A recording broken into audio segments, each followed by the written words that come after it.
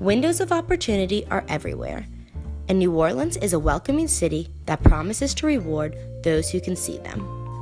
The people of the Big Easy work hard for prosperity. Our culture is defined by the risk-takers and go-getters that have made the city their home. New Orleans has been created by people who are not afraid to use the city as a canvas to paint their own lives onto. Each neighborhood tells a unique story of a different person or group of people who had a dream and the will to make that dream come to life. New Orleans was founded by the French-owned Louisiana governor Jean-Baptiste Le Moyne Sieur de Bienville. Bienville chose this location because of the proximity to the Mississippi River, the abundance of natural levees, and the promising rich soil. He was able to envision a city that was rich in natural resources and would thrive with the addition of hard work and determination. The earliest residents sent to him were French debtors, prisoners, and people of poverty or ill reputation. While they weren't exactly upstanding members of society, they all shared one quality: the will to make a new life for themselves. With this desire came the hard work and determination that Bienville envisioned.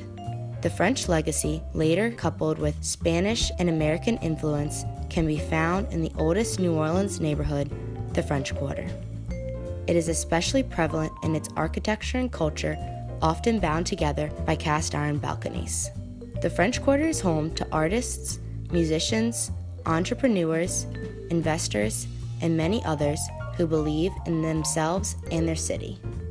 St. Charles Avenue, the face of New Orleans, and its adjacent garden district, was once a risk taken by a few wealthy families who wanted to live far enough away from the bustle of the city to raise their children, but close enough to tend to their business in the French Quarter.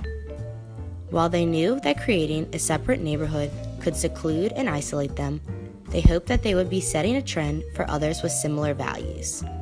The Garden District and the beautiful Greek Revival and Italianate style homes represent the success many New Orleanians strive for.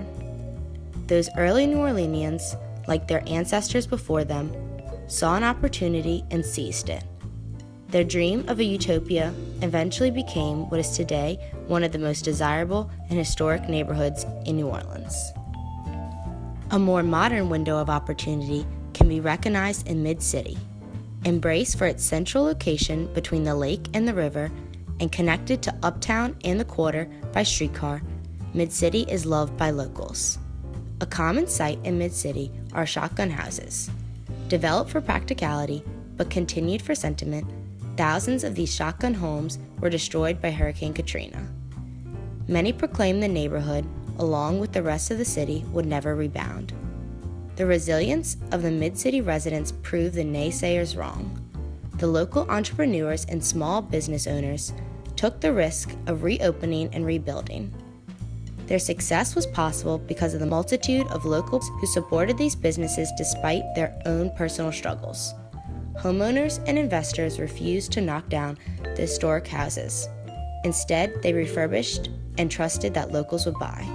They did, in multitudes. The musicians, artists, the families, each with their own passion and commitment to the city, came to claim those beloved shotgun homes. Today, Mid-City is thriving. In New Orleans, people see opportunities. They create them. They pry them open. New Orleans is brimming with people who set goals, who work, who fail, who try again, and who ultimately achieve success.